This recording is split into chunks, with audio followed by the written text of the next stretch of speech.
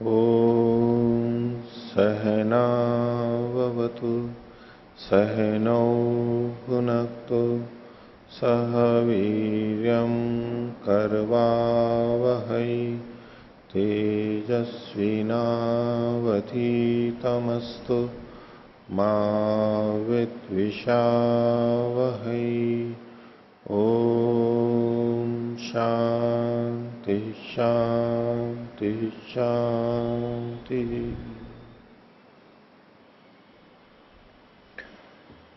मीमांसा दर्शन की 343वीं कक्षा। मीमांसा दर्शन के 9वें अध्याय का प्रथम पाद हम देख रहे हैं और पीछे हमने चौथे अधिकरण तक देख लिया था और उससे संबंधित शंका समाधान भी हो गया था। आगे पांचवा अधिकरण प्रारंभ करते हैं, पृष्ठ संख्या 2350। शीर्षक है श्रुति विनियुक्त प्रोक्षणादि धर्माणाम अपूर्व प्रयुक्तत्वाधिकरणम।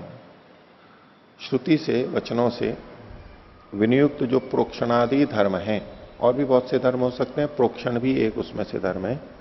तो जिन धर्मों का उल्लेख साक्षात श्रुति कर रही है, श्रुति के द्वारा विनियोग किया जा रहा है, उन धर्मों का प्रयोजक अपूर्व होता है, वो अपूर्व प्रयुक्त होते हैं। अपूर्व प्रयुक्तत्वाधिकरणम, अपूर्व से वो जुड़े हुए हैं। अपूर्व, जैसे पीछे हम देखते आ रहे हैं कि प्रयोजक कौन है, तो अपूर्व को ये प्रयोजक भिन्न भिन्न स्थानों पर बताते आ रहे हैं। यहां कुछ संदेह पैदा करेंगे कि अपूर्व की जगह कुछ और वहां प्रयोजक दिख रहा है कि नहीं, ये प्रयोजक है यहां पर, तो वो चीजें प्रयोजक हैं या अपूर्व प्रयोजक है, ये इस अधिकरण में चर्चा का विषय रहेगा। उदाहरण ले रहे हैं, विषय वाक्य दर्शपूर्ण मासयोर आमनंती। दर्शपूर्ण मास में ये वचन मिलता है व्रीहीन प्रोक्षति इति। तो व्रीहि ये एक द्रव्य है और प्रोक्षण क्रिया व्रीहि पे की जा रही है। व्रीहीन प्रोक्षति, व्रीहीन में द्वितीय विभक्ति है, द्वितीय बहुवचन। आगे तत्रैव, वहीं पर, यानी दशपूर्ण मास में ये मिलता है त्रीन परिधीन तिस्रः समिधः। अब तीन परिधियां, इसमें धर्म जो है वो तीन है, इस संख्या तीन परिधियां हो, तीन परिधियां हो और तीन समिधाएं हो। इति मंत्रम, ये वचन वहां मिलता है। आगे चतुर्होत्रा पौर्णमासीम अभिमृषेत पंचहोत्रा अमावास्याम। तो चतुर्होत्रा ये मंत्र हैं, इनके द्वारा, इस मंत्र से पौर्णमासी का अभिमर्श करे, पौर्णमासी हवि का स्पर्श करे। तो पौर्णमासी में हवियां समुदाय होता है, तीन आहुतियां होती हैं, उनके समुदाय को ले रहे हैं यहां पर, तो उन हवियों का स्पर्श करे और पंचहोत्रा से अमावस्या की हवि का स्पर्श करे। ये भी दर्शपूर्ण मास में ही हो गया। आगे चातुर्मास्यानाम द्वितीय पर्वणि वरुण प्रकाशेशु आमनायते। तो चातुर्मास्य में दूसरे पर्व में वरुण प्रकाश में ये वचन मिलता है शूर्पेण जुहोति। शूर्प जो छाजला होता है उससे होम करता है जुहोति। तेन ही अन्नम क्रियते, ये वचन हमारे पहले भी आया था, इसकी चर्चा थी वहां पर। हेतुवन निगदाधिकरणम, इसमें ये हेतु के समान दिखाई दे रहा है। निगद ये ऐसा है कि हेतु के समान दिखाई दे रहा है। दूसरे अध्याय में नहीं, पहले अध्याय के दूसरे अनेक में था ये 1-2-3-26वां सूत्र, तीसरा अधिकरण, पहले अध्याय के दूसरे पाद का तीसरा अधिकरण। वहां पर इसकी चर्चा हुई थी शूर्पेण जुहोति तेन ही अन्नम क्रियते। तो ये तेन ही अन्नम क्रियते, ये हेतु के समान दिखाई देता है, तो ये हेतु है, ऐसा वहां पर वर्णन चर्चा करते हुए फिर उसका निषेध किया था, ये हेतु नहीं है, लेकिन सामान्य रूप से ये हेतु दिखाई दे रहा है। इति तत्र संशय किम द्रव्य संख्या हेतु समुदाय प्रयुक्ता प्रोक्षणादयो धर्मा उत अपूर्व प्रयुक्ता। कि जो प्रोक्षण आदि धर्म है, यहां हमारे को जो इन्होंने वाक्य दिए, इनमें चार वाक्य हैं, चार तरह के वाक्य हैं। तो उनमें किम द्रव्य संख्या हेतु और समुदाय, ये चार चीजें हैं। एक तरफ तो ये है कि क्या द्रव्य प्रयोजक है, संख्या प्रयोजक है, हेतु प्रयोजक है, समुदाय प्रयोजक है। अलग अलग उदाहरणों में अलग अलग एक एक करके लगेंगे। और धर्म कौन से हैं? प्रोक्षण आदि यहां पर धर्म है। उत अपूर्व प्रयुक्ता, अथवा ये अपूर्व से प्रयुक्त है, अपूर्व इनका प्रयोजक है। अब ये जो चीजें लिखी हैं इन्होंने, पहला है द्रव्य, व्रीहीन प्रोक्षति में व्रीहि जो है ये द्रव्य है। संख्या तीन परिधीन या तीसरा समिधा, इसमें तीन और तीसरा ये संख्या है। और शूर्पेण जुहोति तेन ही अन्नम क्रियते, ये है हेतु, हेतु यहां पर दिया जा रहा है। और चतुर्होत्रा पौर्णमासीम अभिमृषित, यह है समुदाय, क्योंकि यहां तीन आहुतियों का समुदाय पूर्णमास या तो अमावस्या के नाम से कहा जाता है। 10 पूर्णमास जो है आहुतियों का समुदाय है। तो ऐसा करके ये चार चीजें अलग अलग यहां पर उल्लेखित की हैं, इन पे सब पे चर्चा आगे चलेगी। तो यहां जो जो धर्म कहे गए हैं उनका प्रयोजक अपूर्व है अथवा ये चार हैं, ये यहां पर संदेह है। किम तावत प्राप्तम, वो पूर्व पक्षी कहता है द्रव्य संख्या हेतु समुदायम व श्रुति संयोगात। बोले द्रव्य संख्या हेतु और समुदाय, ये जो पीछे चार चीजें थी, बोले ये ही प्रयोजक होंगी। क्यों? श्रुति संयोगात, क्योंकि श्रुति का संयोग है यहां पर, श्रुति यही बात कह रही है, श्रुति से सिद्ध है। और श्रुति से सिद्ध है तो अन्य कोई प्रमाण क्या करेगा? यहां पर खोल रहे हैं भाष्यकार कि द्रव्यादि प्रयुक्ता है, द्रव्य आदि जो चार हैं इनसे प्रयोजक है। कैसे? उदाहरण ले रहे हैं, यह व्रीहीन प्रोक्षति इति, ये जो वचन है इसमें अगर अपूर्व प्रयुक्तता माने तो कैसे मानेंगे? इति प्रकरणेन अपूर्व प्रयुक्तता स्यात् वाक्येन द्रव्य प्रयुक्तता। संभावना दोनों है, क्योंकि पूरा प्रकरण जो है याग है उसका कुछ ना कुछ अपूर्व तो होता ही है, और उस अपूर्व को ध्यान में रख के कि उस अपूर्व के लिए ये सब किया जा रहा है, इसलिए अपूर्व प्रयोजक है। ये कैसे पता लगेगा कि व्रीहीन प्रोक्षति का प्रयोजक अपूर्व है? तो प्रकरण से पता लगेगा। और वाक्य से तो द्रव्य प्रयुक्त है, व्रीहीन प्रोक्षति में वाक्य ही ये बता रहा है, श्रुति ये बता रही है। वाक्य इन्होंने कहा, वाक्य ले लीजिए चाहे तो, वाक्य से तो श्रुति लिंग वाक्य प्रकरण, तो प्रकरण की अपेक्षा तो वाक्य बलवान होता है, इसलिए द्रव्य ही यहां पर प्रयोजक है, ऐसा पूर्व पक्षी ने कहा। द्रव्य ने ही प्रोक्षण से समभिव्याहार, हेतु है इसके पीछे, क्योंकि प्रोक्षण का समभिव्याहार द्रव्य के साथ में है। व्यवहार जो होगा प्रोक्षण किसका किया जाएगा? प्रोक्षण का अपूर्व से कोई समभिव्याहार ही नहीं है, आपस में कोई लेना देना नहीं है, द्रव्य से व्रीहि से है। ये एक हेतु साथ में दिया। और एक हेतु दे रहा है, तस्मिन अपि समभिव्याहारे द्रव्यगता द्वितीया विभक्ति प्रोक्षण से द्रव्य प्रयुक्तताम वदति। और इसमें भी जो व्रीहीन में द्वितीय विभक्ति है, ये और इस बात को पुष्ट कर देती है कि प्रोक्षण द्रव्य प्रयुक्त है। तो व्रीहीन प्रोक्षति, कर्म जो बनाया या कर्ता का ईप्सिततम है वो और द्वितीय विभक्ति प्रयोजिका हो जाएगी, प्रबल मानी जाती है। तो इससे सिद्ध है कि द्रव्य ही यहां पर प्रयोजक है। आगे दूसरे उदाहरण मिले, तीन परिधीन इति यत्रि शब्द से अभिधेयम तद यह मंत्रामनान सामर्थ्यात वदितव्यम इति गम्यते। तीन परिधीन इति, ये जो यहां पर तीन शब्द है, तो यत्रि शब्द से अभिधेयम, त्रि शब्द का अभिधेय क्या है? तो तृत्व, तृत्व जाति में ही जाएगा, तृत्व इसका अभिधेय है। वो यहां पर मंत्र के आमनान सामर्थ्य से कहा जा रहा है, क्योंकि वो मंत्र वहां पर पढ़ा जा रहा है, तो मंत्र के पाठ से ये पता लग जाता है। तीन परिधीन, तीसरा समिधा, दोनों पे लागू होगा। संख्या च त्रि शब्द से अर्थ, ये जो त्रि शब्द का अभिधेय या अर्थ था, तो बोले संख्या ही इसका अर्थ है। तस्या श्रुतिर्वाचिका, और संख्या की वाचिका यहां पर श्रुति है, साक्षात कह रही है। तत्संबद्धे अपूर्वे लक्षणास्यात्, और उससे संबद्ध श्रुति से संबंध, इस वाक्य से संबंध अगर अपूर्व में आप इसको आप प्रयोजन मानोगे, वो प्रयोजक मानोगे, तो यहां पर आपको लक्षणा करनी पड़ेगी। ये तो श्रुति से साक्षात हो रहा है। यावंत परिधय स्तावंतो वक्तव्या इति, जितनी परिधियां हैं, जितनी मतलब संख्या में तीन जो हैं, उतनी यहां पर कहनी चाहिए, उतनी ही माननी चाहिए। तथा ये दूसरे वाले का उत्तर हुआ कि यहां पर तीन ही अभिधेय है, उसी को कहना चाह रहे हैं। तो तीन परिधीन, परिधियां कितनी होनी चाहिए? तीन होनी चाहिए। तो इसका अपूर्व से संबंध नहीं है। आगे या तीन इसलिए लिखा क्योंकि परिधियां जितनी थी उतनी ही तो लिखेंगे यहां पर तीन। आगे तथा हेतुना, हेतुना शूर्पेण जुहोति तेन ही अन्नम क्रियते, तीसरे उदाहरण को ले रहे हैं। तथा के बाद हेतुना धर्म संयुज्यते वाक्येन, यहां पर हेतु के साथ में, हेतु ना इस सह के योग में तृतीया लेंगे, हेतु के साथ में धर्म का प्रयोग होता है। किससे? वाक्य के द्वारा। वाक्य न यहां तृतीया करण के रूप में वाक्य के द्वारा। हेतु के साथ में धर्म का जो संयोग होता है वो वाक्य के द्वारा होता है। तो तेन ही अन्नम क्रियते, ये हेतु मान करके बोल रहे हैं। और शूर्पेण जुहोति, शूर्प यहां पर एक धर्म है, होम कर रहा है तो किससे? शूर्प से कर रहा है।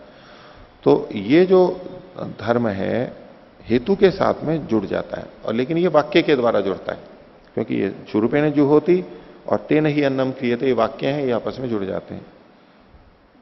वाक्य ना, वाक्य कौन सा है? शूर्पेण जुहोति थी। शूर्पेण जुहोति को विपरीत अल्प विराम में ले सकते हैं। इस वाक्य के द्वारा वो हेतु से धर्म जुड़ जाता है। किम कारणम? यतः तेन अन्नम क्रियते पूर्ण विराम, क्योंकि उसके द्वारा अन्न किया जाता है। शूर्प उससे क्यों जुड़ जाता है? क्योंकि उससे अन्न किया जाता है। या तो यूं कहिए कि शूर्प जुहोति से जुड़ जाता है वाक्य के द्वारा। क्यों जुड़ता है? क्योंकि उससे अन्न किया जाता है। तेन ही अन्नम क्रियते पूर्ण विराम तद होमेन संबद्धव्यम अन्न करण द्रव्यम होमे विधीयते। तो तत् का मतलब है वह शूर्प होमेन संबद्धव्यम, उसको होम से संबद्ध करना चाहिए। शूर्प को होम से, जुहोति से संबद्ध करना चाहिए। क्यों? अन्न करण द्रव्यम होमे विधीयते, क्योंकि अन्न को करने वाला द्रव्य यानी शूर्प यहां पर होम में विहित किया जा रहा है। क्योंकि तेन ही अन्नम क्रियते में तेन का मतलब क्या है? शूर्प से जोड़ेंगे कि शूर्पेण जुहोति, क्योंकि उससे अन्न किया जाता है, तो ये अन्न के साथ में जुड़ जाएगा और होम से जुड़ जाएगा। होमे विधि, होम में उसका अन्नकरण का, अन्नकरण होने से, अन्न का साधन होने से होम के साथ में ये जोड़ा गया है। आगे प्रकरणात अपूर्व प्रयुक्तता स्यात्, आप अपूर्व से प्रयोग मानोगे इसको, अपूर्व इसका प्रयोजक मानोगे, वो तो प्रकरण से ही मानना पड़ेगा। तो उसकी दृष्टि से ये वाक्य से प्रकरण दुर्बल है। यस्माद अनेन होमेन अपूर्वम क्रियते तस्मात एतत् शूर्पेण निर्वर्तयितव्यमिति। वाक्यार्थ बहुत बता रहे, चूंकि इसके द्वारा किए गए होम के द्वारा अपूर्व किया जाता है। पूर्व पक्षी सिद्धांति के पक्ष में बोले यस्माद अनेन होमेन अपूर्वम क्रियते, चूंकि इस होम के द्वारा अपूर्व को किया जाता है, तस्माद एतत् शूर्पेण निर्वर्तयितव्यम, इसलिए यह होम शूर्प से किया जाना चाहिए, ऐसे अर्थ निकलेगा। प्रकरणात् वाक्यम बलीय, और प्रकरण की अपेक्षा वाक्य बलवान होता है। अतः प्रकरणम बाध्यता, प्रकरण को यहां बाधित कर दिया जाएगा। ये ने द्रव्येण दर्भी पिठरादिना अपि अन्नम क्रियते तेन तेन होमः कर्तव्य इत्येवं अन्न करणम सगुणम भवति। ये अन्न करणम यहां लिखा हुआ है और पाठ भेद में मिलता है अन्न प्रकरणम, साथ में पाठ भेद में मिलता है अन्न प्रकरणम सगुणम भवति। इसमें कह रहे हैं कि यहां तो शूर्प के द्वारा कहा गया, लेकिन फिर क्या होगा अगर इसको हम अपूर्व से जोड़ देंगे तो क्या होगा? ये ने द्रव्येण दर्भी पिठरादिना अपि अन्नम क्रियते, जो भी द्रव्य है वो शूर्प ही नहीं, दर्भी पिठरादि सभी जो भी कोई और पात्र हैं उनके द्वारा भी अन्न को किया जाता है। तो तेन तेन होमा कर्तव्य, फिर उन सबसे भी होम करने की बात आ जाएगी, क्योंकि हेतु क्या है? तेन ही अन्नम क्रियते, तो जिससे भी अन्न किया जाता है, तैयार किया जाता है, वो सब यहां पर काम में लिए जा सकने होने चाहिए।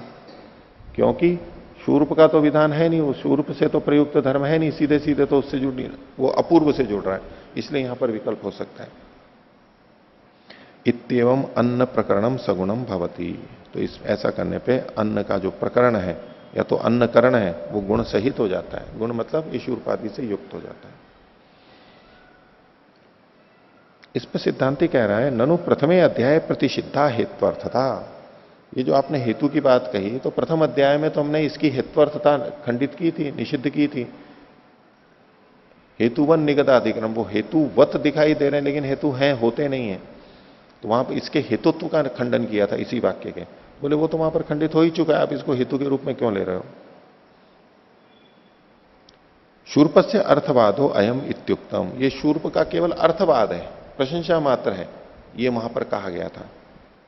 तो पूर्व पक्षी कह रहा है सत्यम उक्तम, ठीक है, ये वहां कहा था। अपूर्व प्रयुक्ततायाम ही सिद्धायाम नैकस्मिन वाक्ये होमे शूर्प विधानम हेतु विधानम च अवकल्पते इति अर्थवादा प्रकल्पते। बोले यहां पर अपूर्व प्रयुक्तता मानने पर, अपूर्व प्रयुक्तता के सिद्ध होने पर इसी एक वाक्य में होम में शूर्प का विधान मानना पड़ेगा एक तो, और हेतु विधानम च, और हेतु का विधान भी मानना पड़ेगा। दो दो चीजें माननी पड़ेंगी। इसलिए यहां पर अर्थवाद प्रकल्पते, अर्थवाद प्रकल्पित कर लिया जाता है, क्योंकि नहीं तो दो दो विधियां माननी पड़ेंगी, इसलिए अर्थवाद मान लिया जाता है। नान्यथा अगर इसके विपरीत करेंगे तो यहां पर अगर हम अपूर्व प्रयोजकता नहीं मानेंगे, अपूर्व की प्रयोजकता को नहीं मानेंगे तो ये दोष नहीं आएगा, तो ये नहीं करना पड़ेगा। चौथा उदाहरण ले रहे हैं, चतुर्होत्रा पौर्णमासीम अभिमृषेत पंचहोत्रा अमावास्याम इति। तो समुदाय समभिव्याहारात वाक्येन तत्प्रयुक्तता। तो समुदाय का समुदाय के साथ में समभिव्याहार होने से यहां पर वाक्य से उसकी तत्प्रयुक्तता, प्रयोजकता है। और प्रकरण सामर्थ्यात लक्षणया अपूर्व समभिव्याहारात अवगताम अपूर्व प्रयुक्तताम बाधते। तो ये जो प्रयोजकता है, समुदाय का समभिव्याहार होने से वाक्य के द्वारा जो प्रयोजकता इसकी आ रही है, वो प्रकरण के सामर्थ्य से, लक्षणा से अपूर्व के साथ जो समभिव्याहार हो रहा था उसकी प्रयुक्तता को, अपूर्व की प्रयुक्तता को बाधित कर देगा। ये बलवान है, वाक्य से आ रहा है। तस्मात द्रव्यादि प्रयुक्ता प्रोक्षणादयो धर्म, प्रोक्षणादि धर्म द्रव्य प्रयुक्त है, अपूर्व प्रयुक्त नहीं है।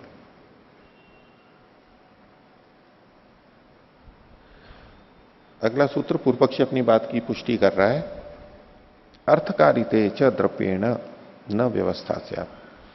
अगर अर्थकारित मानोगे, यानी तो अपूर्व प्रयुक्त मानोगे, अर्थकारित मतलब अपूर्व प्रयोजन जो है उससे प्रयुक्त मानोगे, तो द्रव्य से यहां पर व्यवस्था नहीं हो पाएगी। अभी द्रव्यों की व्यवस्था है, शूर्पेण जो होती इत्यादि, व्रीहीन प्रोक्षति इत्यादि, यहां पर नियम है, व्यवस्था है, नहीं तो द्रव्य की कोई व्यवस्था नहीं हो पाएगी। कैसे, भाष्यकार बताएंगे। अपूर्व प्रयुक्त एवं अपूर्व प्रयुक्ते एवं जातीय के धर्मे सती, इस प्रकार के धर्मों के अपूर्व प्रयुक्त मान लेने पर द्रव्येण च धर्म व्यवस्था न च, द्रव्य के द्वारा भिन्न इन धर्मों की व्यवस्था, नियतता नहीं हो पाएगी। क्यों, उसके लिए उदाहरण दे रहे हैं। पैसा मैत्रावरुणम श्रीनाति, मैत्रावरुण ग्रह में जो सोम है वो मित्रावरुण देवता के लिए है, उसको पैसा श्रीनाति दूध के साथ में पकाता है। सक्तुबेर मंथिनम, और मंथी जो ग्रह है उसके सोम को सक्तु के साथ में पकाता है। धानावीर हरि योजनम, और हरि योजन जो सोम है, पात्र में जो रखा हुआ सोम है, उसको धान के द्वारा, खीलों के द्वारा पकाता है। और हिरण्येन शुक्रम, और शुक्र देवता वाला जो है ग्रह सोम है उसमें, उसको हिरण्य के द्वारा पकाता है। आज्येन पात्नीवतम, और पात्नीवत पशु है उसका उत्सर्ग करके आज्य की आहुति से समाप्ति का कथन है, वो यहां है कि आज्येन पात्नीवतम, पात्नीवत को आज्य के द्वारा समाप्त करना चाहिए, आज्य से घृत से आहुति दी जाती है। तो ये तो वचन दिए, समस्या यहां आएगी। पूर्व पक्षी ये कह रहा है यदि इन धर्मों की, श्रुति प्रयुक्त धर्मों की अपूर्व प्रयुक्तता मानी जाए तो द्रव्यों की व्यवस्था नहीं बन पाएगी। ये विषय वाक्य दिए थे, अव्यवस्था आगे बता रहे हैं। यस्मात् मैत्रावरुणो अपूर्वस्य, जिस कारण से मैत्रावरुण, यानी मैत्रावरुण ग्रह का जो सोम है, सोमरस है, वह अपूर्व से साधक का अध्यार करेंगे। यहां कहा ना पहला वाक्य, पैसा मैत्रावरुणम श्रीणाति, तो मैत्रावरुण जो सोम रस है वह अपूर्व का साधक है। ठीक है, यही माना जाएगा। दूध से जब उसको पकाएंगे और ये जो धर्म है ये सीधे सीधे इसका प्रयोजक अपूर्व होगा, तो ये अपूर्व का साधक होगा। अपूर्व के ये अपूर्व इनका प्रयोजक है, तो ये अपूर्व के साधक है, ये माना जाएगा। तो तस्मात, चूंकि ये उसका अपूर्व को बनाता है, तस्मात पैसा श्रयितव्यम, इसलिए इसको दूध से पकाना चाहिए। क्योंकि पैसा मैत्रा वरुणम श्रीणाति, ये जो लिखा है, चूंकि ये अपूर्व को सिद्ध करता है इसलिए इसको दूध से पिलाना, दूध से पकाना चाहिए। अब इसमें वो व्याप्ति खोज रहा है पूर्व पक्षी। इसका मतलब क्या हुआ कि जो जो अपूर्व के लिए होता है उसको पय से पकाना चाहिए।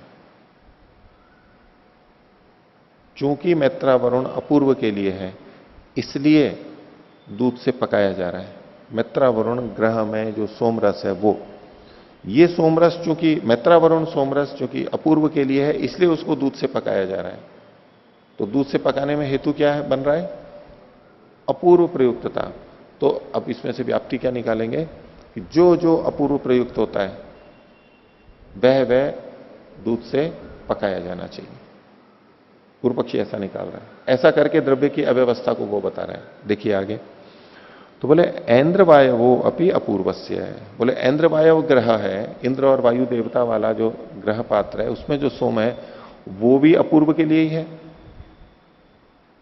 तो सोपी पैसा श्रयितव्य प्राप्त होती, वो भी दूध से ही पकाया जाने वाला होना चाहिए।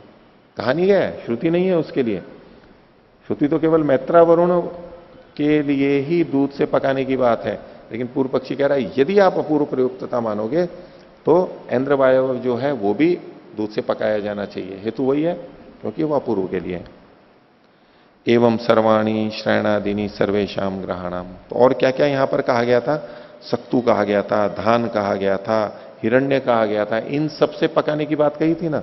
इन सब में भी प्रयुक्तता क्या होगी? अपूर्व प्रयुक्तता होगी। अर्थात ये जो सारे के सारे हैं ये अपूर्व प्रयुक्त हैं। तो जहां जहां भी अपूर्व प्रयोजक होगा वहां वहां इनमें इनसे पकाया जा सकता है।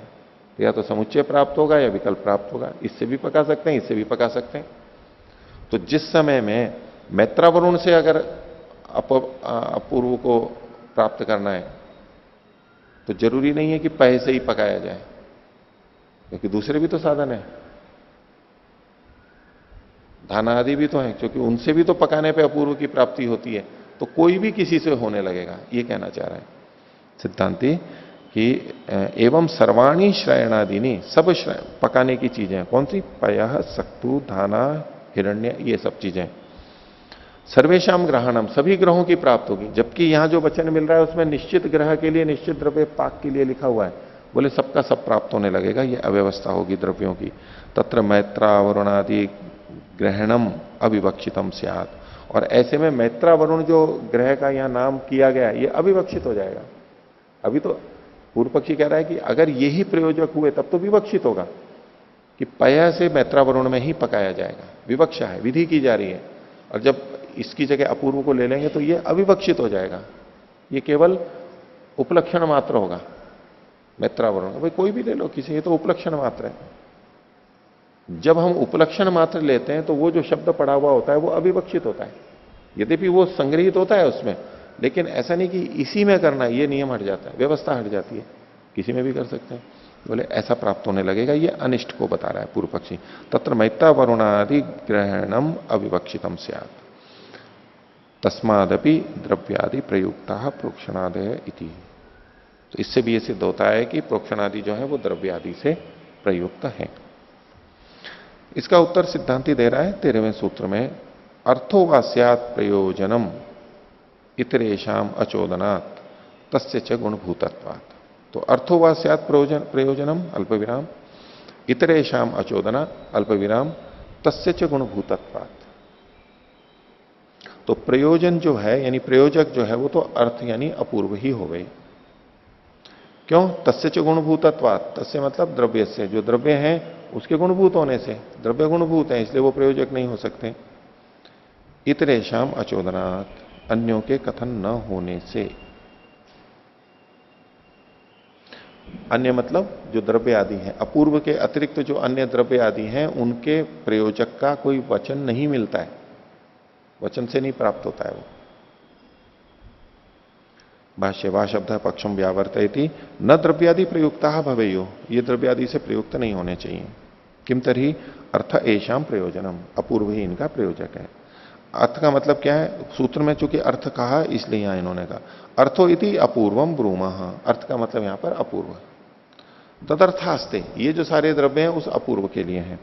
तत्थि कर्तव्यतया श्रूयते, और अपूर्व ही कर्तव्य के रूप में यहां पर पता लगता है कि ये कर्म उसके लिए ये कर्म करना चाहिए।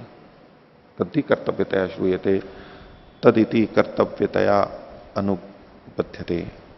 तो और वो जो है तत् जो है वह इति कर्तव्यता से अनुबद्ध हो जाता है। इतरेशम द्रव्यादीनाम कर्तव्यतया न चोदना, द्रव्यादि के कर्तव्य के रूप में यहां पर कथन नहीं है, अपूर्व के कर्तव्य के रूप में ये सारे के सारे विधान कहे गए हैं।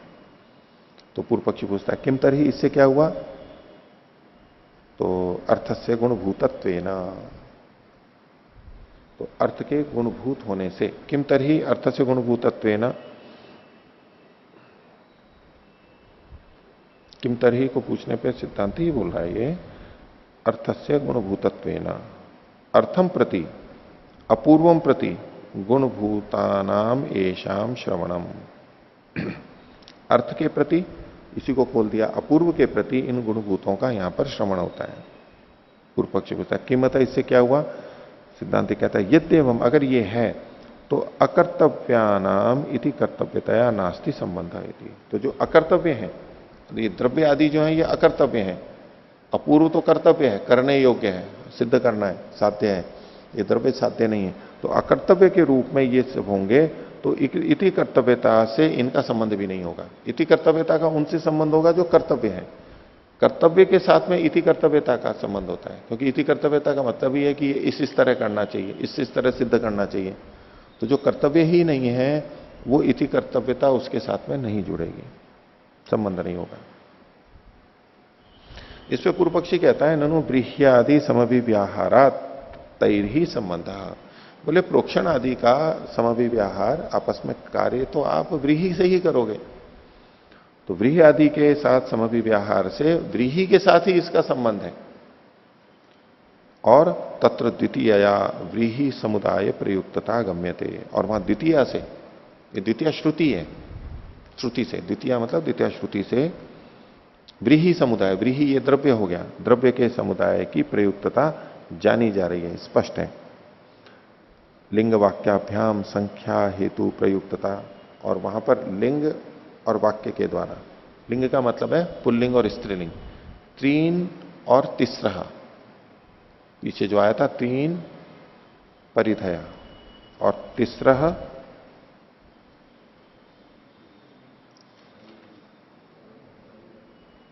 त्रीन परिधीन और तीसरा समिधा, ये जो था, तो तीन और तीसरा ये जो लिंग है यहां पर उससे पता लगता है, क्योंकि जुड़े हुए किससे हैं, तीन परिधीन, परिधि जो है उससे जुड़ा हुआ है लिंग, समान अधिकरण है, और तीसरा समिधा, समिधाओं से ये जुड़ा हुआ है, तो ये सब दोनों द्रव्य हैं।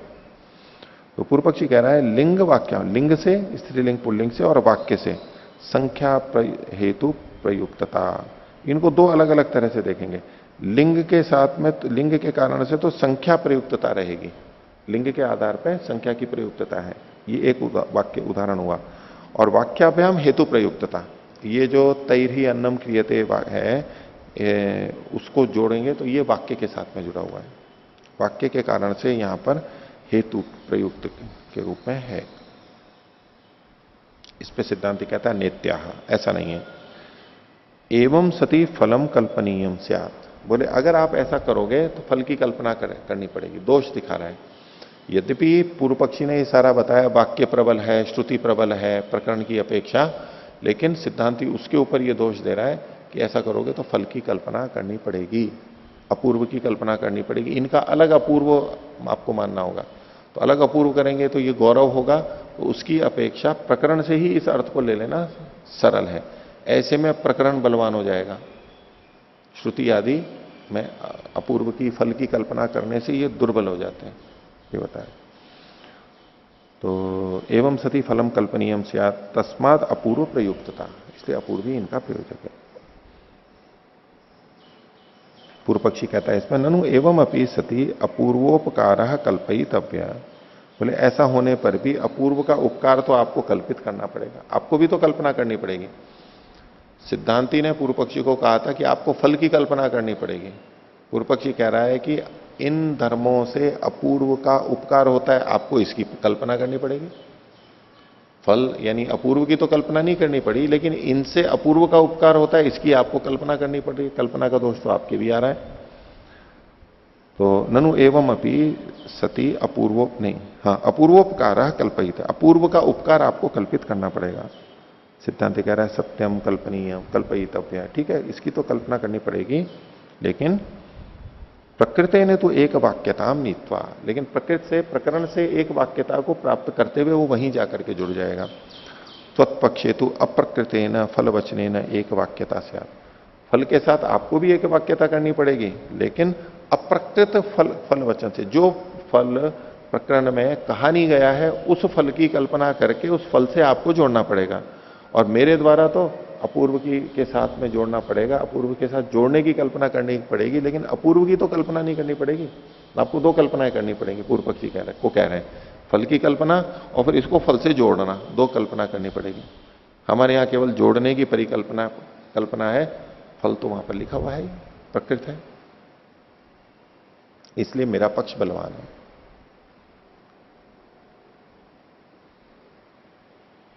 अब इस पर पूर्व पक्षी कहता है ननु प्रकरणम वाक्य से श्रुतेरवा न बाधकम।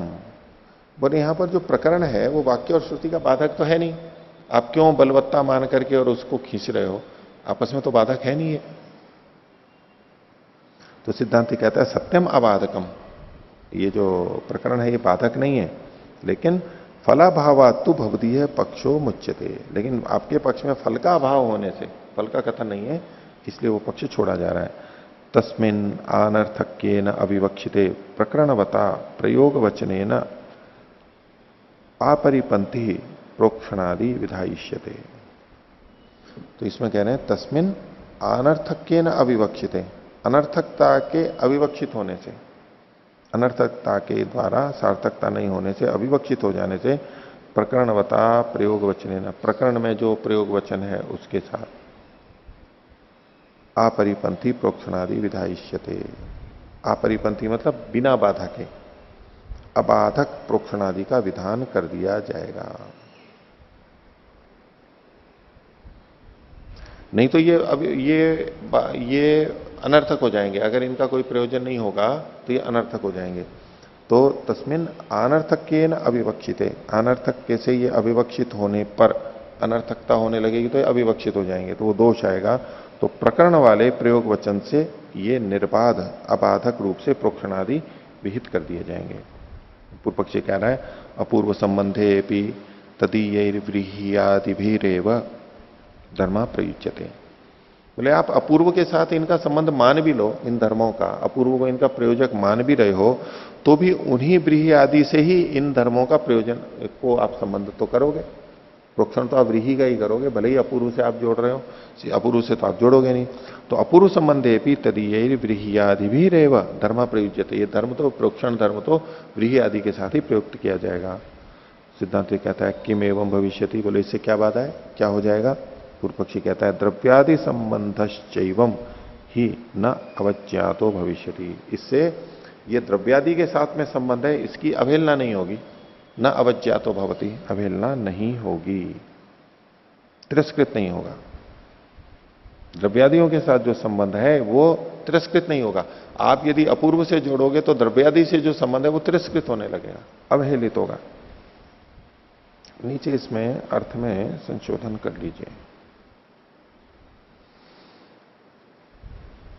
अंतिम जो पंक्ति है, इस प्रकार द्रव्यादि का संबंध अवज्ञात, अवज्ञात को कोष्ठक में कहा इन्होंने विज्ञात नहीं होता। तो अवज्ञात, अवज्ञात की जगह होना चाहिए तिरस्कृत। यो वो मन्ये तते मूले हेतु शास्त्राश्रयात द्विज स साधुवीर बहिष्कारे। तो वेद शास्त्र आदि को जो है जो नहीं मानता है उस तरह से, तो वहां वो अवहेलना अवज्ञा के अर्थ में ही है यहां पर। तो अवज्ञात मतलब यहां तिरस्कृत, और जो कोष्ठक में विज्ञात लिखा है इसको इसमें अज्ञात के रूप में हम कर सकते हैं। ये तिरस्कृति, अज्ञात भी नहीं, अज्ञात भी नहीं, विज्ञात अज्ञात नहीं, अविज्ञात मतलब तिरस्कृति अर्थ होगा यहां पर। इस प्रकार द्रव्यादि का संबंध भी तिरस्कृत नहीं होगा, उसकी अवहेलना नहीं होगी, पूर्व पक्षी कह रहा है। द्रव्यादि के साथ जो संबंध है वो उसकी अवहेलना नहीं होगी। वचन तो उस द्रव्यों के साथ में संबंध बता ही रहा है, समव्यवहार भी द्रव्यों से हो रहा है, तो उसकी अवहेलना नहीं होगी अगर हम ऐसा मान लेंगे तो। फलम च न कल्पयितव्यम, और फल की भी कल्पना नहीं करनी पड़ेगी। सिद्धांत कह रहा है उच्यते नैवम शक्यम, ये संभव नहीं है। व्रीहीन प्रोक्षति इति ही व्रीहि जाति निर्दिश्यते, व्रीहि जाति निर्दिश्यते। व्रीहीन प्रोक्षति में व्रीहि शब्द से व्रीहि जाति कही जा रही है। व्रीहि जाति निर्दिश्यते, व्रीहि द्रव्य लक्षणार्था वा, अथवा यूं कहेंगे कि ये जो शब्द है ये व्रीहि द्रव्य की लक्षणा के लिए है। व्रीहि जाति कही जा रही है, या तो यूं मानो, और या तो व्रीहि द्रव्य की लक्षणा की जा रही है, यानी व्यक्ति कहा जा रहा है, उसकी लक्षणा करनी पड़ेगी। जाति तो अभिधा से आ रही है और व्यक्ति लक्षणा से आएगा, इसलिए कहा व्रीहि द्रव्य लक्षणार्था वा। दो, तीसरा कह रहे हैं अपूर्व साधन विशेष लक्षणार्थवा, अपूर्व के साधन विशेष को लक्षित करने के लिए। ये तीसरी बात है। तीन तरह से हो सकता है व्रीहीन प्रोक्षति। व्रीहीन प्रोक्षति में तीनों तरह से अर्थ निकल सकते हैं, व्रीहि जाति का, व्रीहि द्रव्य का, और अपूर्व के साधन विशेष को लक्षित करने के लिए। तो इस पर आगे सिद्धांति कह रहा है अन्यतर लक्षणया कृतार्था इति न उभय लक्षणार्था स्यात्। किसी एक लक्षणा के द्वारा ये वाक्य अगर चरितार्थ हो रहा है तो फिर दोनों के लक्षण के लिए नहीं होवे। न उभयार्थ उभय लक्षणार्था स्यात्, दोनों लक्षणों के लिए वाक्य नहीं होना चाहिए, दो लक्षणा यहां नहीं लेनी चाहिए। तो द्रव्य लक्षणा वा, और अगर यहां द्रव्य की लक्षणा मानेंगे तो तत्र लक्षणा एवं दोष फल कल्पना च, वहां पर दो दोष आएंगे, एक तो लक्षणा करनी पड़ रही है और दूसरा द्रव्य की भी, फल की भी कल्पना करनी पड़ रही है। दो यहां पर कल्पना करनी पड़ रही है, दो दोष आ रहे हैं। तो द्रव्य लक्षणा हुआ, द्रव्य लक्षणा का मतलब क्या हुआ, व्रीहि द्रव्य लक्षणार्थ, जो दूसरा भाग इन्होंने बताया था उसके लिए कह रहे हैं कि द्रव्य लक्षणा हुआ तत्र लक्षणा एव दोष। एक तो लक्षणा जो दोष होगा तत्र लक्षण एव दोष, द्रव्य लक्षणा हुआ तत्र लक्षण एव दोष। फल कल्पना च, और फल की कल्पना भी होगी, ये मान करके साधन विशेष लक्षणार्थ जातिर अवसीयते। तो साधन विशेष को लक्षित करने के लिए जाति का निश्चय किया जाता है। यहां पर व्रीहीन प्रोक्षति में व्रीहि द्रव्य विशेष नहीं, व्रीहि जाति के लिए हो गया। तो फल, एक तो फल की कल्पना होगी और एक साधन विशेष को लक्षित करने के लिए भी जाति का ग्रहण करना पड़ेगा। व्रीहि जाति लक्षणत्वम यत् साधनम, व्रीहि जाति से लक्षित जो साधन है, किम तत् यस तंडुलाह भवंती तत्प्रोक्षयितव्यम, जो तंडुल होते हैं उनका प्रोक्षण करना चाहिए। तो तंडुल निर्वृत्ति करता ही तत्र साधनत्वम न द्रव्यता। अब यहां पर साधनत्व क्या है, इसके लिए लक्ष्य की प्राप्ति के लिए साधनत्व क्या है, तो यहां पर द्रव्यता, यानी व्रीहि अपने आप में यहां पर साधन नहीं है। व्रीहीन प्रोक्षति में प्रथम दृष्टया क्या था, पूर्व पक्षी कह रहा था व्रीहि को प्रोक्षण करता है, तो यहां व्रीहि में द्वितीय है, तो ये इसका प्रयोजक है। तो कह रहे कि लक्ष्य की सिद्धि के लिए ये है, तो व्रीहि अपने आप में यहां पर साधन के रूप में नहीं है। व्रीहि से तंडुल निर्वृत्ति वो यहां पर कारण है, व्रीहि नहीं, तंडुल निर्वृत्ति। तो इसके लिए इन्होंने कहा तंडुल निर्वृत्ति करता ही तत्र साधनत्व। साधनत्व क्या है, तंडुल की निर्वृत्ति करना, ये जो किया जा रहा है ये यहां पर साधन है, न द्रव्यता। द्रव्यत्व जो है यानी व्रीहित्व, व्रीहि जो है वो अपने आप में कारण नहीं है। एवं संख्यादिशु अपि योजयितव्यम, ऐसे ही अन्य जो वाक्य हैं संख्या आदि वहां भी समझ लेना चाहिए। तस्मात् अपूर्व प्रयुक्तता प्रोक्षणादि नाम इति, इसलिए प्रोक्षणादि की अपूर्व प्रयुक्तता होगी। तस्मात् अपूर्व प्रयुक्तता प्रोक्षणादि नाम इति। आगे अथ यदुक्तम अर्थकारिते च द्रव्येण न व्यवस्था स्यादिति। 12वें सूत्र में पूर्व पक्षी ने आक्षेप दिया था कि अर्थकारित यानी अपूर्व कारित अगर इनको माना जाए तो द्रव्यों के साथ में व्यवस्था नहीं हो पाएगी। उसका उत्तर है 14वां सूत्र सिद्धांति का है, अपूर्वत्वात व्यवस्था से। आप बोले अपूर्व के कारण ही व्यवस्था हो जाएगी, अपूर्व भी तो अलग अलग होते हैं। भाष्य, बाधन विशेष लक्षणार्थात जाति इत्येवं सती व्यवस्था भविष्यति ना। साधन विशेष को लक्षित करने के लिए ये जाति है, इस प्रकार होने पर व्यवस्था हो जाएगी। मैत्रावरुणेन यत् क्रियते तत्र पयः श्रपणम अल्प विराम। अब क्या नियम हो जाएगा कि मैत्रावरुण के द्वारा जो किया जा रहा है, जो मतलब वो अपूर्व है, जब वो अपूर्व मैत्रावरुण के द्वारा किया जाता है तब तत्र पयः श्रपणम, वहां दूध से पकाना चाहिए। अब यहां पर व्यवस्था हो जाएगी। न तत् ऐन्द्रवायवेन, वो ऐन्द्रवायव इंद्रवायु देवता वाले ग्रह में जो सोम रखा हुआ है उसके द्वारा ये वो नहीं किया जा रहा है जो मैत्रावरुण के द्वारा किया जा रहा है, इसलिए यहां पर अब पय की प्राप्ति नहीं होगी। न तत् ऐन्द्रवायवेन अतो न मैत्रावरुणा पूर्वात ऐन्द्रवायवस्य धर्म, इसलिए मैत्रावरुण का जो अपूर्व है उससे ऐन्द्रवायव के धर्म वहां पर नहीं आएंगे। एक तरह से यूं हुआ, ऐन्द्रवायव से संबंधित वो धर्म नहीं जुड़ेंगे। पहले पूर्व पक्षी ने क्या कहा था कि अपूर्व, बस अपूर्व एक सामान्य ले लिया उसने, तो मैत्रावरुण से भी चूंकि अपूर्व बनता है इसलिए पय आदि धर्म यहां पर काम में आते हैं, तो वो वहां भी इंद्रवायव में भी हो जाएंगे, वहां भी अपूर्व बन रहा है। तो बोले नहीं, भेद है इनमें, अपूर्व की भिन्नता है, क्योंकि अलग अलग देवता वाले ग्रहों से सोम से अलग अलग अपूर्व किया जा रहा है।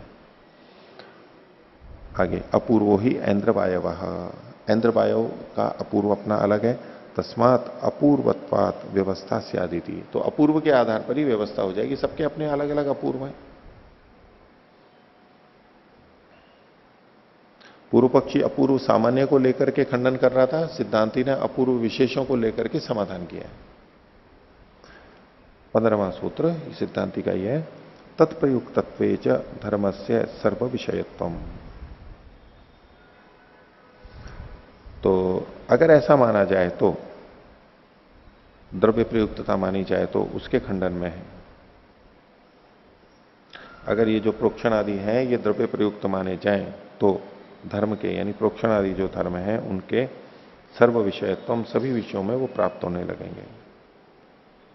सभी विषयों से संबंधित का मतलब है कि जो भात, ये जो व्रीहि याग के लिए है उसमें प्रोक्षण है, तो जो खाने के लिए भात बनाते हैं वहां पर भी व्रीहि होते हैं, वहां पर भी प्राप्त होने लगेगा। यदि आप द्रव्य प्रयुक्त मानोगे तो द्रव्य प्रयुक्त मानोगे तो अपूर्व प्रयुक्त नहीं रहा वो। द्रव्य प्रयुक्तता होगी, वो द्रव्य का जहां जहां प्रयोग होगा, जो खाने के लिए व्रीहि है वहां भी घटने लगेगा। ये दोष बता रहा है सिद्धांति। भाष्य, यश्च मन्यते द्रव्यादि प्रयुक्ता प्रोक्षणादयो धर्मा इति। ये जो प्रोक्षण आदि धर्म है वो द्रव्यादि से प्रयुक्त है, जो ऐसा मानता है तस्य सर्व विषयता धर्म से प्राप्त होती, उसको ये जो धर्म है वो सब विषयों वाला प्राप्त होने लगेगा। तेपि भक्तार्था व्रीहयस तेपि एवं प्रोक्षितव्या प्राप्त होती। ये भी जो खाने के लिए, भक्त के लिए मतलब भात बनाने के लिए जो व्रीहि हैं वे भी इसी प्रकार से प्रोक्षण वाले प्राप्त होते हैं, प्रोक्षितव्य प्राप्त होते हैं। न चैतत त्वया अपि इष्यते, और आपको भी ये इष्ट नहीं है कि हर जगह जहां भी व्रीहि आए तो वहां पर प्रोक्षण होने लगेगा। तस्मात अयम अस्मिन पक्षे दोष है, इसलिए इस पक्ष में दोष है, तो ऐसा नहीं करना चाहिए। तत्र को दोष, वहां पर प्रयत्न ज्यादा करना पड़ेगा, जहां देखो वहां प्रोक्षण करना पड़ेगा। अपूर्व नहीं होगा ना, अपूर्व कहां से, विधि होगी तब तो होगा। आपको तो ये तो खुद अपने उससे प्राप्त करा रहे हैं सब जगह। जूते उतारने किसी भी कमरे में घुसने से पहले नहीं, किसी भी कमरे से पहले जूते उतारने, पैर धोने, हाथ धोने, मान लो किसी स्थान विशेष के लिए। अब वो कहें कि नहीं इसमें मुख्य नहीं, यहां तो ये भवन ही प्रयोजक है, तो भवन जो जो जहां जहां भी होगा सभी जगह पर फिर वो प्राप्त होने लगेंगे। हर भवन के आगे जूते उतारने पड़ेंगे, हर कमरे के पहले। तो शौचालय स्नानागार में जाने से पहले भी जूते उतारने पड़ेंगे। बोले ठीक है, हमारे यहां तो उतारते ही हैं, उतार के ही तो जाते हैं। वही उतारते हैं लेकिन अंदर दूसरे बने रहते हैं। वो हरिशंकर जी शर्मा आए थे ना, जो जामनगर वाले, तो उन्होंने जब यहां देखा ना, यहां गए, बाहर जूते हुए, अंदर चप्पलें रखी हुई थी, उनको पहन के गए। बोले जापान में ऐसा ही होता है, क्योंकि हर जगह ऐसा नहीं होता है ना। वो जो चप्पल जूते हैं उसी को लेकर के अंदर जाते हैं, वो जूते बाहर निकालो। ये मंदिर थोड़ना है जो वो जूते बाहर निकालो और फिर जाओ और फिर अंदर दूसरे जूते भी हो। ऐसा घर तो है नहीं है, लेकिन बोले कि जापान में ऐसा ही करते हैं, प्रयोग करते हैं।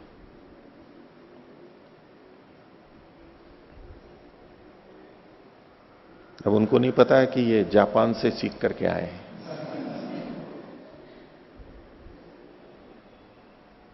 किसने सीखा? जापान वालों ने हमारे से सीखा या हमने जापान वालों से सीखा?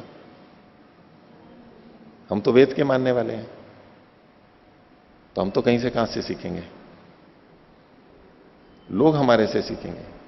एतद देश प्रसूतस्य सकाशात अग्र जन्मना स्वम चरित्रम शिक्षेरन पृथिव्याम सर्व मानवा। हमारे से ही सीखेंगे वो, क्योंकि हम वेद से जुड़े हुए हैं। हम उनसे थोड़ा ना सीखेंगे। तस्माद अयम अस्मिन पक्षे दोषः इससे बड़ा दोष ये है कि आप लोग तो समझ लेते हो, लेकिन जरूरी नहीं कि जो दूसरे हैं वो समझ पाए इसको पूरे को। क्योंकि बीच बीच में भी देखते हैं ना, इतने नियमित तो नहीं होंगे कि सबको पूरा सुनते हुए, जो पूरा सुनते हुए आ रहे हैं वो तो खैर समझ जाएंगे, नहीं तो सोचेंगे कि नहीं ये ऐसा मानते हैं। ठीक है, आगे देखिए 16वां सूत्र। ये पूर्व पक्षी का है। तदयुक्त इति चेत। पूर्व पक्षी कह रहा है कि नहीं, तदयुक्त को मान करके हम नियम बना लेंगे, अव्यवस्था क्यों होगी? यहां पर सर्व विषयत्व की प्राप्ति नहीं होगी। कैसे? तो बोले इति चेत पश्यसी। ये पूर्व पक्षी सिद्धांति को कह रहा है। पश्यसी मतलब त्वम पश्यसी, यानी हे सिद्धांति त्वम। इति चेत पश्यसी सर्व विषयता धर्म से भविष्यति इति। यह आक्षेप पीछे दिया था सिद्धांति ने उसी को। तो बोले तदयुक्त, तदयुक्त को आगे खोल रहे हैं, प्रकरण युक्त से भविष्यति। वो जहां प्रकरण में कहा गया वहीं से जुड़ेगा, सब जगह नहीं जाएगा। प्रोक्षण विहीन प्रोक्षति दर्शपूर्ण मास में कहा गया है तो बस वहीं पर ही घटेगा। जो भात बना रहे हैं वहां पर नहीं घटेगा, प्रकरण उसको जोड़ देगा। एष प्रकरणम अनुग्रह एवं प्रकरणम अनुगृह्यते। तो बोले इसमें एक और बात हो जाएगी, एक और हम उपकार करेंगे प्रकरण पे, हम प्रकरण का अनुग्रह करेंगे। अनुग्रहित हो जाएगा ना प्रकरण, नहीं तो बोले प्रकरण का महत्व ही नहीं होगा। इसके माध्यम से हम प्रकरण को महत्व दे देंगे, प्रकरण को महत्व दे देते हैं, वो भी अनुग्रहित हो जाएगा। न च सर्व विषयता धर्मस्य इति। धर्म की सर्व विषयता नहीं होगी। ये जो आप दोष दे रहे हो ये कोई बात नहीं है। कई बार जैसे सम्मान देते हैं, किसी को पुरस्कृत करते हैं, तो कहते हैं कि इस सम्मान से इनको सम्मानित किया जा रहा है, ये संस्था इनको सम्मानित कर रही है। लेकिन कभी कभी उल्टा कह रहे हैं, कहते हैं कि सम्मान को दे करके, इनको ये सम्मान दे करके ये सम्मान स्वयं सम्मानित हो गया है, ये सम्मान इनको भी दिया गया है। सम्मान का महत्व बढ़ गया इस व्यक्ति को देने पर, आपको देने पर, और इस संस्थान आपको ये प्रदान करके संस्था स्वयं सम्मानित हो रही है। ये बोलते हैं ना, वैसे तो संस्था सम्मानित कर रही है, तो लेकिन संस्था उनको सम्मानित करने के लिए सम्मानित नहीं कर रही है। बाहर तो यही है कि उसको संस्था को सम्मानित कर रही है, लेकिन संस्था उनको किस लिए सम्मानित कर रही है? ताकि उससे संस्था सम्मानित हो। और कई बार जो सम्मानित होते हैं उनको संस्था को सम्मानित नहीं करना होता है। वो कहते हैं मेरे सम्मान के लिए थोड़ा ना बुला रहे हैं मेरे को, ये तो अपने सम्मान के लिए मेरे को बुला रहे हैं। उनको लगता है कि मेरा तो कोई सम्मान होगा नहीं वहां जाकर के, तो फिर मना कर देते हैं कि नहीं हम नहीं आएंगे वहां पर। वो सम्मान दे रहे हैं, बोले बुलाएंगे सम्मान देंगे। बोले क्या वहां जाकर के सम्मान होना है? नहीं, किसी बड़े व्यक्ति को कोई गांव का छोटा सा व्यक्ति कहे कि जी आप मेरे घर आइए, मैं आपका सम्मान करूंगा।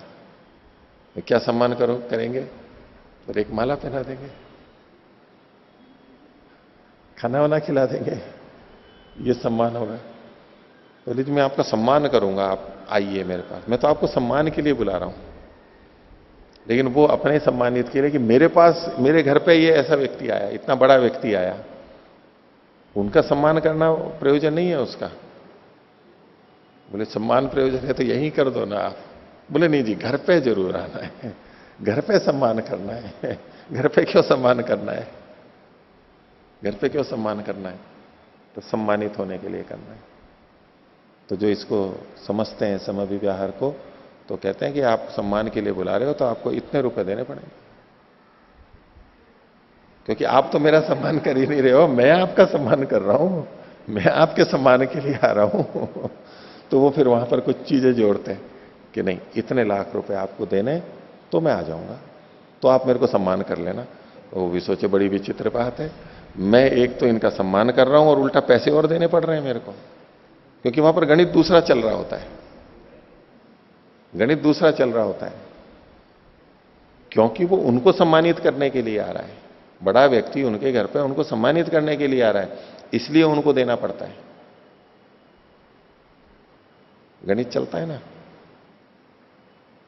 कोई कहे बहुत बड़े व्यक्ति को कि जी हमारे यहां घर पे खाना खाने आइए, हम आपको घर पे खाना खाने बुला रहे हैं, ठीक है, और वो तो खाना ही खिला रहा है, वो कह रहा है कि जी हम आपको खाना खिला रहे हैं, तो वो कहते हैं जी इतने लाख रुपए दो तो खाना खाने आएंगे। निर्धारित रहता है, प्रातराश के लिए इतना, भोजन के लिए इतना, ऐसे निर्धारित रहता है। तो एक दृष्टि से तो है कि हम खाना खाने भी बुला रहे हैं उनको, और वो खाना खाने के इतने रुपए ले रहे हैं, खाना खाने के रुपए ले रहे हैं। वो होता है क्योंकि उनको संस्था के लिए चाहिए होते हैं, उनको पता है कि हम जा रहे हैं, हम घंटा 2 घंटा लगाएंगे, तो वो कुछ संस्था चला रहे होते हैं, कुछ काम कर रहे होते हैं, तो वो पैसे लेते हैं। उसकी जगह पे उसको दूसरा गणित ये भी है बीच में, क्योंकि जिनको हम भोजन पे बुला रहे हैं उनका हमारे यहां पर आना हमारे लिए एक सम्मान की बात होती है। ये हमारे यहां आए, हमारे यहां प्रातराश किया, हमारे यहां 5 मिनट पानी पी के गए, हमारे यहां भोजन किया, बड़े व्यक्ति के, तो सम्मान की बात होती है। इसलिए वो दूसरा गणित चलता है यहां पर। हाँ, उनका उनका प्रयोजन सिद्ध कर रहे हैं ना वो। वहां मैंने आपको एक बार पहले भी बताया था, वहां दिल्ली चांदनी चौक में पराठे वाली गली है एक, पराठे वहां पर बनते हैं। पहले शायद एक ही होगी, वो परिवार के और लोग हो गए तो सब एक ही जैसे नाम होते हैं, एक जैसे कई जगह होते हैं, तो वो कई गलियां हैं वहां पर। उनमें उन्होंने चित्र लगा रखे लाल बहादुर शास्त्री के, और पता नहीं और किसके, मेरे को ध्यान नहीं आ रहा है, पुराने लोगों के जो स्वतंत्रता सेनानी थे। वो पुरानी दुकानें हैं, बहुत पुरानी, चांदनी चौक की, और देसी घी के पराठे बनते हैं, कुछ विशेष बनते हैं, तो वहां वो चित्र लगा करके रखते हैं। उनके लिए तो यही बड़ी बात है। कई जने जैसे कोई आते हैं, वो मान लो दुकान पे गया, कोई सामान लिया, पैसे दे, अरे जी साहब आप हमारी दुकान पे सामान लेने आए, हमारे लिए तो यही बहुत बड़ी बात है, आपसे तो मैं पैसे ले ही नहीं सकता हूं। पेट्रोल पंप पे, डीजल पे जाएं तो बोले जी आप हमारे पेट्रोल पंप पे आप बस रुक जाओ, हमको चित्र खिंचवाना है, आप पैसे वैसे कुछ नहीं। आप हमारे यहां आए, यही बड़ी बात है। तो गणित बदल जाता है। तो यहां जो बात थी, एवं प्रकरणम अनुग्रहिष्यते, ये बड़ा उपकार कर रहा है कि हम देखो अपूर्व को लेंगे तो प्रकरण का अनुग्रह हो जाएगा, नहीं तो प्रकरण बेचारा पड़ा रह जाएगा, एक तरफ रह जाएगा। न च सर्व विषयता धर्मस्य, धर्म की सर्व विषयता नहीं होगी। आक्षेप का निवारण किया, पूर्व पक्षी का है ये। इस पे सिद्धांति बोल रहा है 17वां सूत्र, न अश्रुतित्वात्, श्रुति ना होने से। बोले इसकी श्रुति नहीं है, इसलिए नहीं क्या कर सकते। भाष्य, नहीं तदेवं न ही श्रूयते प्रकरण युक्ता व्रीहयो निर्वक्तव्या प्रोक्षितव्याश्च। बोले ये कहीं नहीं सुना जा रहा है कि प्रकरण युक्ता व्रीहयो निर्वक्तव्या, प्रकरण से युक्त जो व्रीहि हैं उनका निर्वाप करना चाहिए, या तो प्रोक्षितव्या, प्रोक्षण करना चाहिए, क्योंकि वहां केवल यही तो लिखा है व्रीहीन प्रोक्षति। अगर आप उसी वचन को ले रहे हो और आप वाक्य पे केंद्रित हो रहे हो कि व्रीहीन प्रोक्षति या द्वितीय है, तो व्रीहि का ही प्रोक्षण होगा। लेकिन जब आप अपूर्व प्रयुक्त तो लेते हुए प्रकरण से इसको जोड़ रहे हो, बोले यहां लिखा हुआ थोड़ा है ऐसा, वहां तो केवल इतना ही लिखा हुआ है, व्रीहीन प्रोक्षति थी अथवा निर्वक्तव्या प्रोक्षितव्याश्च। तो पूर्व पक्षी कहता है ननु प्रकरणानुग्रहाय एतत् अध्यवसानम। बोले ये निश्चय हम क्यों कर रहे हैं? प्रकरण के अनुग्रह के लिए कर रहे हैं, प्रकरण तो है ही वहां पर। तो सिद्धांत कह रहे हैं नित्या न ही वाक्य न बाधितम प्रकरणम उत्साहते धर्मान नियंतुम। बोले जो वाक्य से बाधित हो चुका है प्रकरण, वो धर्मों को नियमित करने में उत्सुक नहीं होगा। कैसे? पूर्व पक्षी ने क्या किया था? वाक्य के द्वारा प्रकरण को बाधित कर दिया था। बोले पहले तो आप वाक्य से प्रकरण को बाधित करवाओ, और अब वाक्य में जो दोष आ रहा है उसको नियमित करने के लिए आप प्रकरण का प्रयोग सहयोग लोगे। और प्रकरण इतना मूर्ख नहीं है कि जिसने मेरे को बाधित किया है मैं उसी की समस्या के समाधान के लिए सहयोग करूं। बात आई समझ में? विद्वानों पे लगा लीजिए, मंच पे दो विद्वान हैं, अब जो बड़ा विद्वान हो गया तो उसी को बोलना पड़ेगा, उसी को बुलवाना पड़ेगा। तो जो छोटा विद्वान है वो बाधित हो गया। अब बड़े विद्वान की समस्या आ गई, बड़ा विद्वान बीमार हो गया, वो कहे जी मैं तो नहीं आ सकता हूं। बोले नाम की घोषणा हो चुकी है बड़े विद्वान की। तो वो जो छोटा विद्वान है वो इतना मूर्ख नहीं है कि जिसके कारण से मेरे को बाधित किया था, रोक दिया था, अब उसकी बाधा आ रही है तो अब मेरे को उसमें हित के लिए बुला रहे हो, अब मेरे को याद कर रहे हो। पहले तो आपने उसको याद करके मेरे को एक तरफ कर दिया था। आपको अगर मेरा ही मान था तो पहले से ही मेरे को जोड़ के रखते ना। उनके लिए आपने मेरे को छोड़ दिया था, और अब वहां समस्या आई तो मेरा सहयोग लेने के लिए आए हो।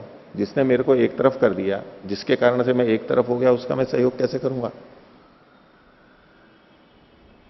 कुछ उस शैली से ये कह रहे हैं कि न ही वाक्य ने बाधितम प्रकरण।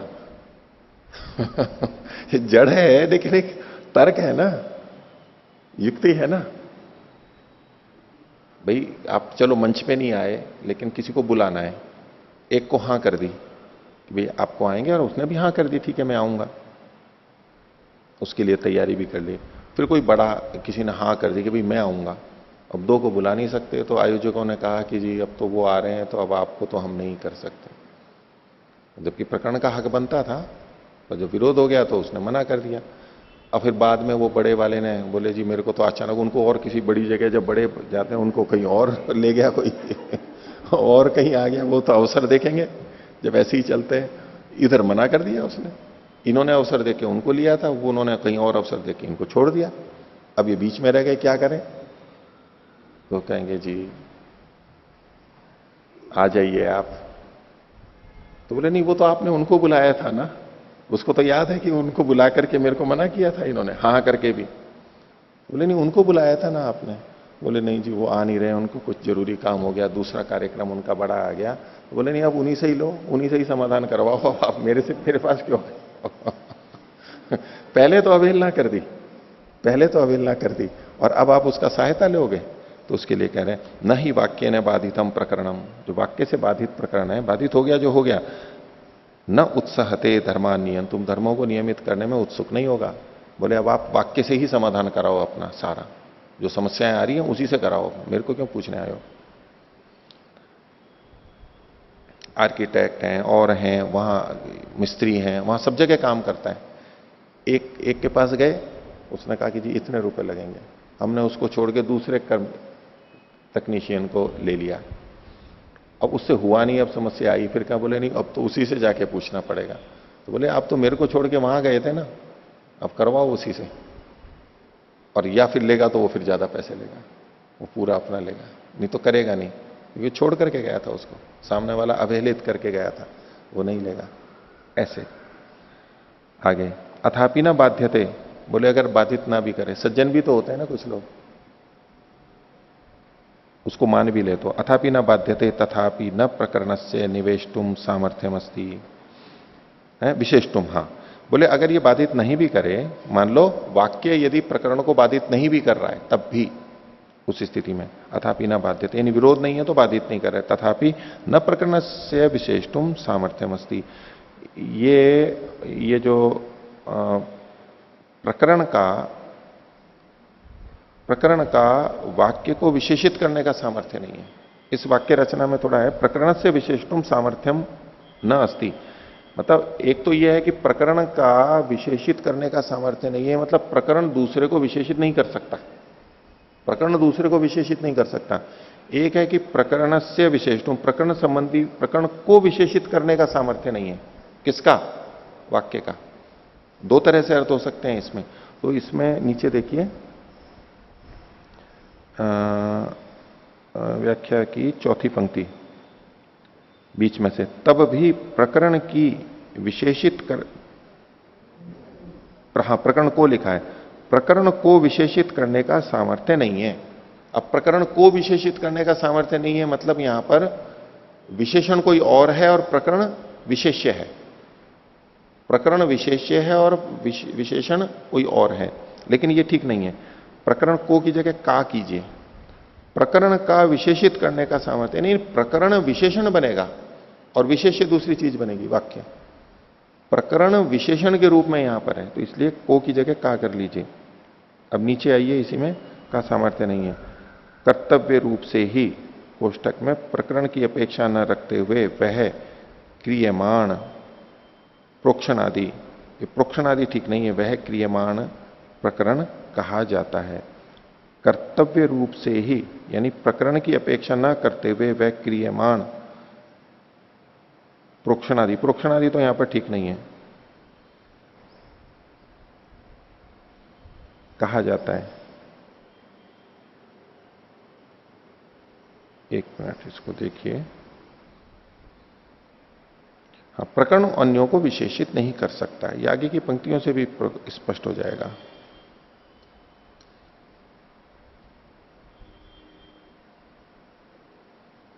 हाँ, कि प्रकरण अन्यों को विशेषित नहीं कर सकता, ये कहना चाहते हैं। तथापि न प्रकरण से विशिष्टुम सामर्थ्यम अस्ति कर्तव्यतया ही तत्क्रियमाणम चोद्यते। ये जो है चीजें एक बस कर्तव्य के रूप में कही जा रही है। कर्तव्यता ही तत्क्रियमाणम चोद्यते न प्रसिद्ध संबंधम इव विशेषणत्वेन, प्रसिद्ध संबंध के समान विशेषण के रूप में नहीं है। विशेषण मतलब ये प्रकरण को विशेषण के रूप में कह रहे हैं कि प्रकरण विशेषण के रूप में नहीं बनेगा। तस्मात् न प्रकृति याग विशेषितानाम व्रीहीणाम निर्वाप प्रोक्षणम व चोद्यते इति। इसलिए प्रकृति याग से विशेषित जो व्रीही हैं उनके निर्वाप या प्रोक्षण को नहीं कहा जा रहा है। यानी प्रकृति याग जो है उससे व्रीही आदि विशेषित नहीं होते, ये कहना चाहते हैं। ठीक है, इसमें पीछे भी थोड़ा सा संशोधन कीजिए।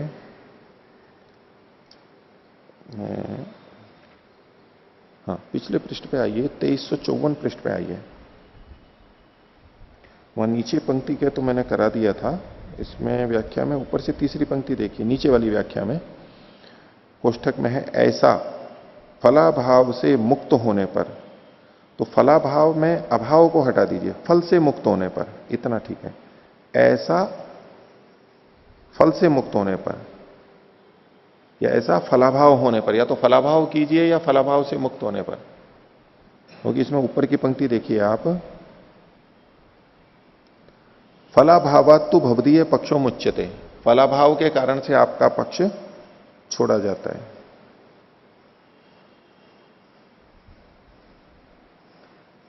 फलाभावात्तु भवदीय पक्ष, फल का अभाव होने से, मतलब फल से मुक्त होने से। वाक्य रचना की दृष्टि से मैं कह रहा हूं, या तो कुछ और जोड़ना पड़ेगा।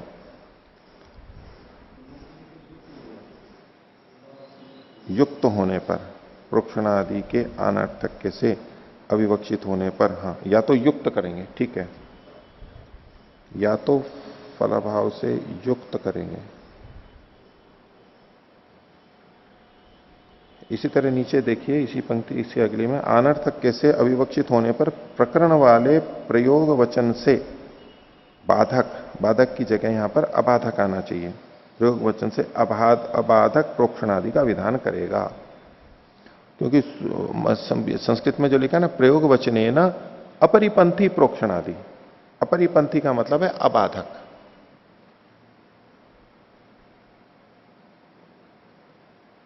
एक बात है ना, परिपंथम च पश्यति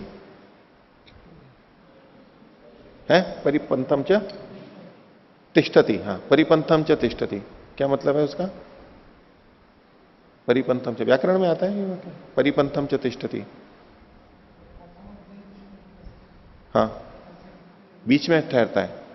मार्ग के, जैसे रास्ते में कोई चोर आदि रहते हैं, हाँ, तो परिपंथ मतलब मार्ग को घेर करके जो रहता है। हाँ, घेर करके, हाँ, रोक करके, रुकावट डाल करके जो रहता है, हाँ, तो वो बाधक ही हुआ। परिपंथ हाँ, जो हुआ वो बाधक हुआ, और अपरिपंथ का मतलब है अबाधक, अबाधक रूप में आएगा। हाँ, जो अबाधक है वो तो स्वतः प्राप्त है, तो फिर उसका विधान क्यों होगा? विधान कुछ नहीं है, यही है ना वाक्य, तो प्रयोग वचन से अबाधक प्रोक्षण आदि का विधान करेगा। हाँ, अबाधक मतलब उसमें बिना बाधा के बस वो विधि विहित हो जाएगा, रुकावट नहीं आएगी। निर्विघ्न रूप से, निर्विघ्न रूप से यह हो जाएगा, क्योंकि विहित होते हुए भी किसी कारण से बाधा हो तो रुक जाएगा, तो वो बाधा नहीं आएगी, वो निकल जाएगा। और यहां इधर देखिए अगले पृष्ठ पर 2355 पर दूसरी पंक्ति, उसमें है व्रीहीन प्रोक्षति वाक्य में व्रीही जाति निर्दिष्ट है अथवा वह द्रव्य के लक्षणा के लिए, द्रव्य की लक्षणा के लिए, द्रव्य मतलब व्रीही, वाक्य में व्रीही जाति निर्दिष्ट है अथवा की जगह वह ले लो, वह व्रीही द्रव्य की लक्षणा के लिए।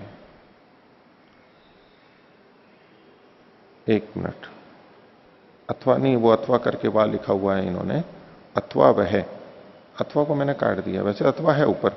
व्रीहीन प्रोक्षति इति व्रीही जाति निर्दिश्यते व्रीही द्रव्य लक्षणार्था व अपूर्व साधन लक्षणार्था व। हाँ, इसको देखो दो तरह से किया जाता है। एक तो मैंने पहले बताया था, तीन चीजें, व्रीही जाति निर्दिष्ट है और व्रीही द्रव्य लक्षण है और अपूर्व साधन लक्षण है। इसकी जगह यूं करेंगे कि ये जो व्रीही जाति निर्दिष्ट की जा रही है, ये व्रीही द्रव्य की लक्षणा के लिए है अथवा अपूर्व साधन विशेष की लक्षणा के लिए है। ठीक है, इसमें अलग बात बनेगी। तो उस दृष्टि से मैंने नीचे का अर्थ कर रहा हूं, व्रीहीन प्रोक्षति वाक्य में व्रीही जाति निर्दिष्ट है, वह विही द्रव्य की लक्षणा के लिए अथवा अपूर्व साधन विशेष के लिए है। अपूर्व साधन विशेष के लिए, फिर विही का जो निर्देश लिखा हुआ है ना, इसको काट दीजिए, अथवा अपूर्व साधन विशेष के लिए है।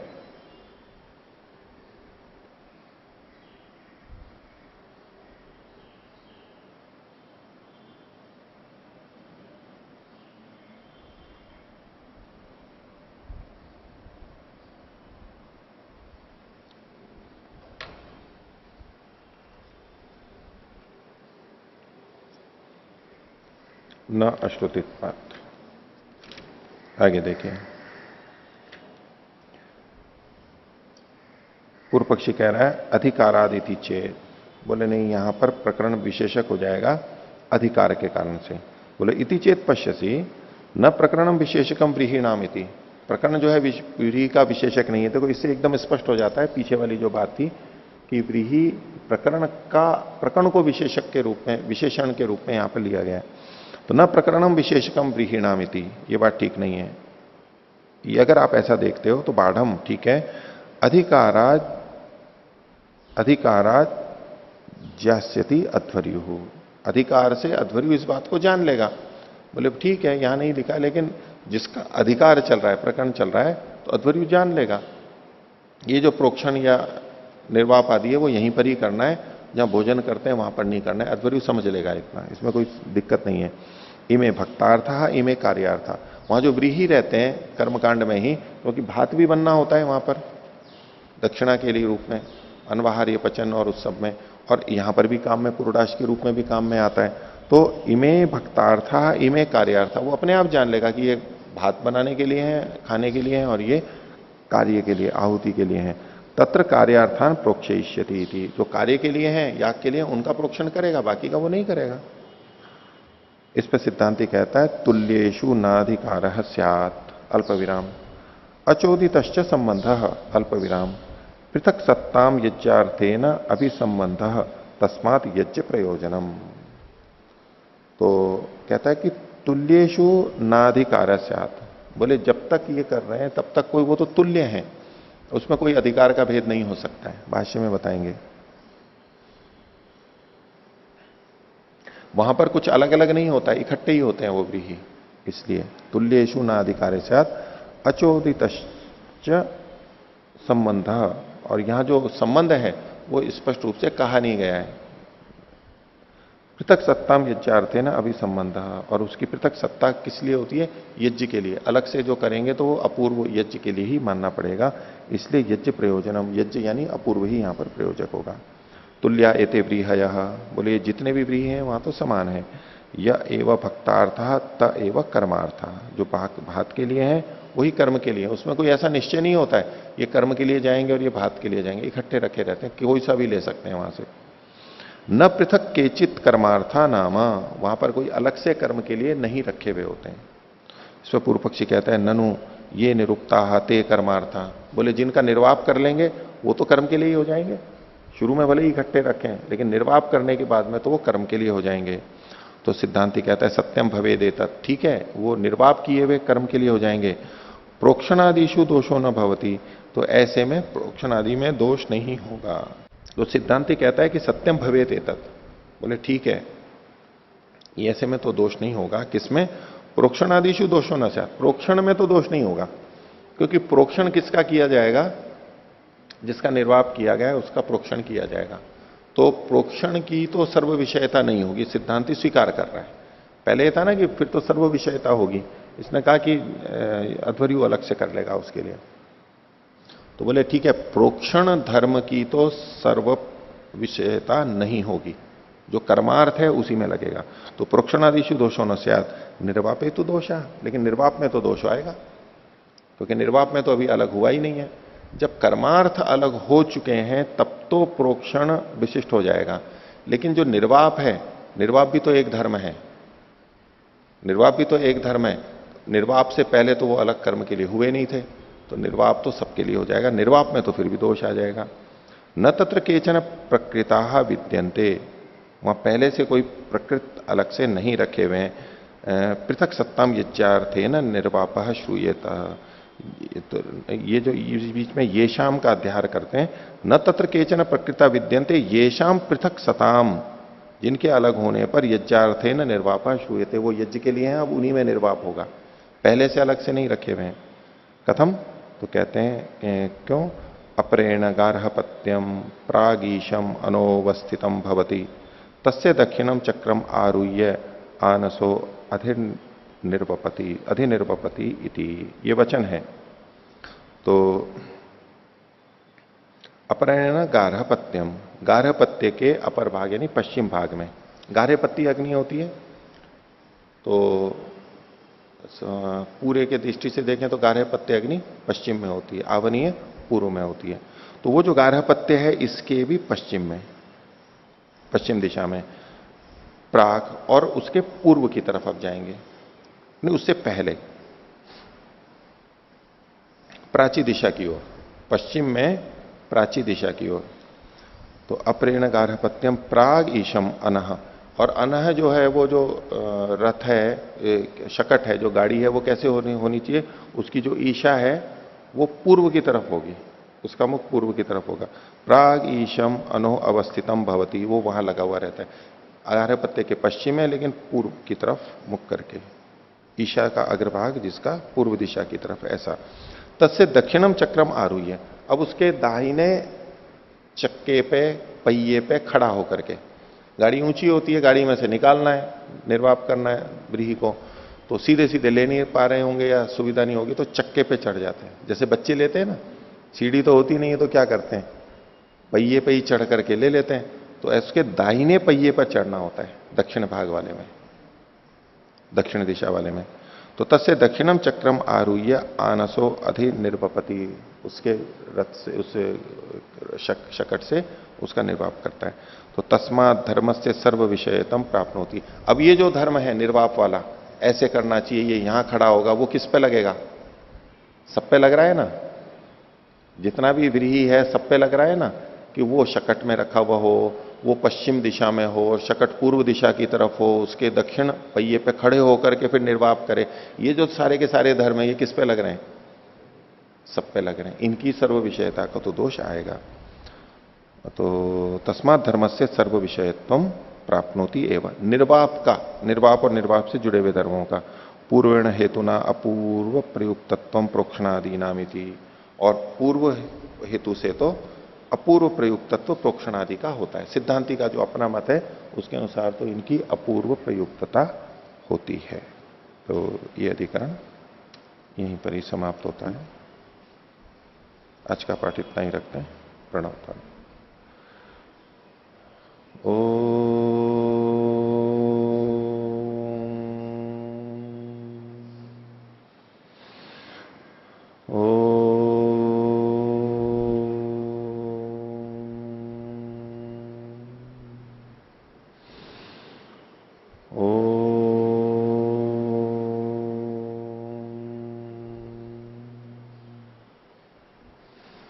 सभी को सादर अभिवादन। ओम शांति।